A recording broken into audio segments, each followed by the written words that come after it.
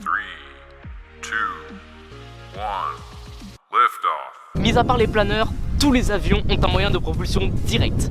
Cela leur permet notamment de varier leur vitesse selon leur plan de vol. Globalement, les moteurs ont tous la même fonction, à savoir générer de la portance pour un appareil donné et quelconque, quelle que soit sa taille. C'est-à-dire que ce soit un avion en papier ou un énorme Lockheed Constellation comme celui-ci, eh bien c'est exactement pareil. Vous vous rappelez plus de ce que c'est que la portance ? Flashback. Ils possèdent tous des ailes qui leur permettent de créer une portance et donc de s'élever dans le ciel. En effet, la portance est une force qui vient compenser le poids de l'avion et donc il est aspiré vers le haut. Aujourd'hui, dans ce premier épisode d'une série portant sur la mécanique de vol, nous allons parler de la traction et des moteurs d'avion. Cette traction qui permet de lutter contre les frottements de l'air et de créer une portance qui permet à l'avion de s'élever dans les airs.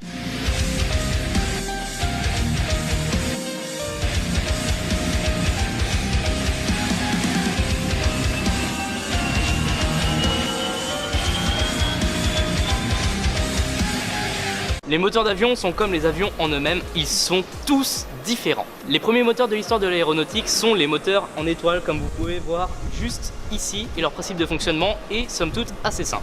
En effet, les cylindres où se produisent les explosions sont disposés en étoile comme vous pouvez le voir. Et les explosions successives et coordonnées qui se produisent à intervalles réguliers sur chacun des cylindres fait tourner le moteur dans un sens et l'hélice dans le même sens. Car l'hélice est fixée à un axe, cet axe est relié à la bielle qui est reliée à chacun des vilebrequins de ce même moteur.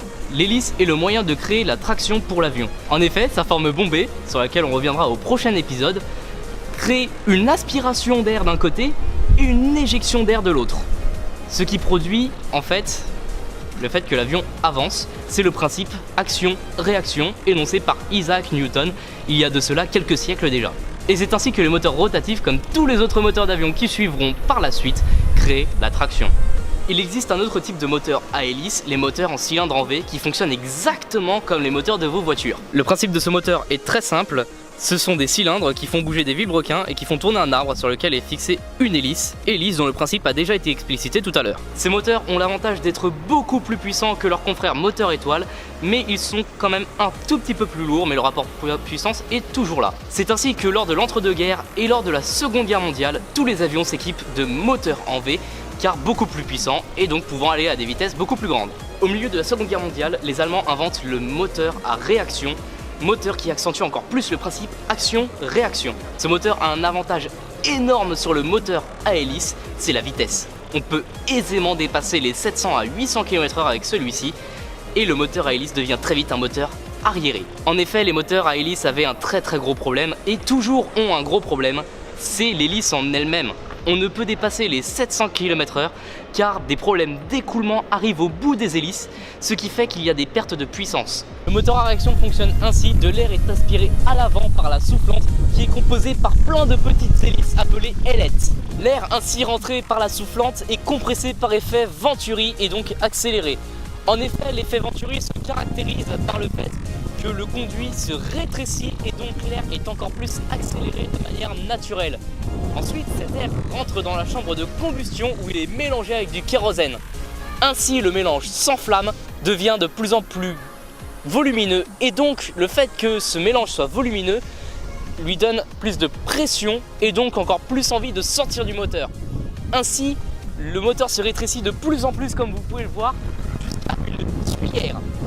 Et cette tuyère est la partie la plus étroite du moteur où les gaz sortent à une vitesse phénoménale. Ainsi, cette compression crée une action décrite par Isaac Newton dans son procédé action-réaction. Et par réaction, du coup, l'avion avance dans le sens opposé de l'éjection des gaz. La compression est si forte et la poussée est si forte que les avions qui sont équipés de turboréacteurs peuvent aller à des vitesses folles. Des vitesses un peu en dessous de la vitesse du son pour les avions subsoniques et pour les avions supersoniques comme le Concorde ou les avions de chasse, ça peut aller encore plus vite par l'ajout de procédés utiles que l'on appelle la post-combustion que l'on a vu dans l'épisode précédent.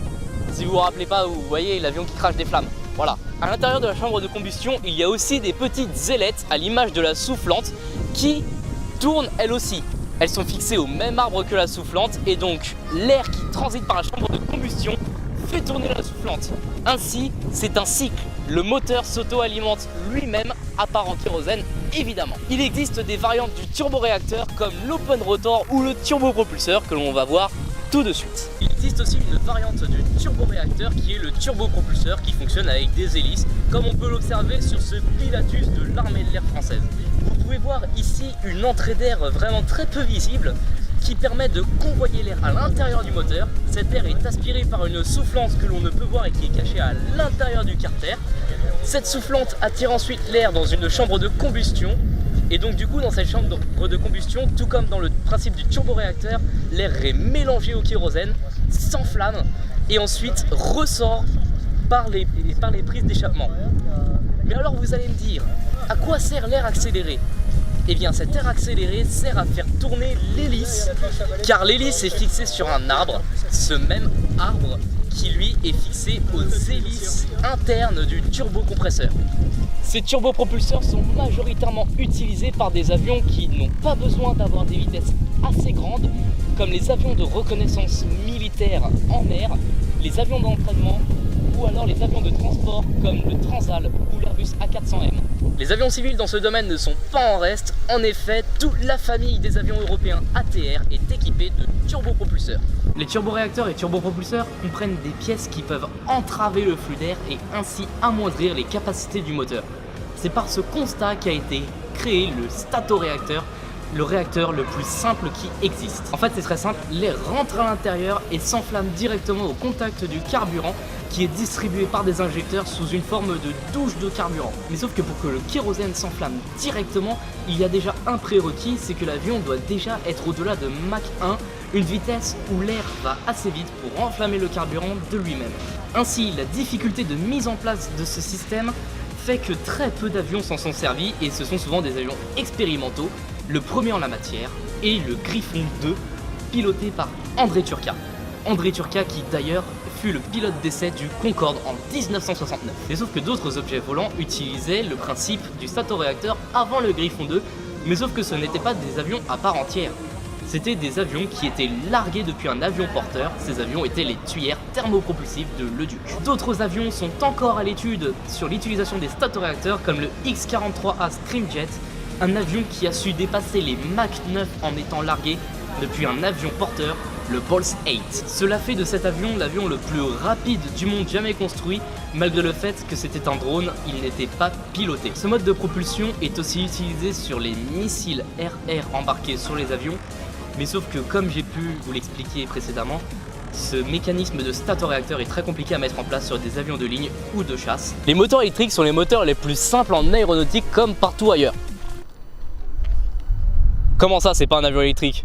Bah ouais, mais attends, on en a pas partout, ça court pas les rues les avions électriques, enfin. Je disais, le moteur électrique est le moteur le plus simple en aéronautique. Il est composé d'un aimant qui est relié à un arbre, lui-même relié à une hélice. Cet aimant tourne à l'intérieur d'une bobine alimentée électriquement par un courant alternatif, ce qui fait d'ailleurs tourner l'aimant.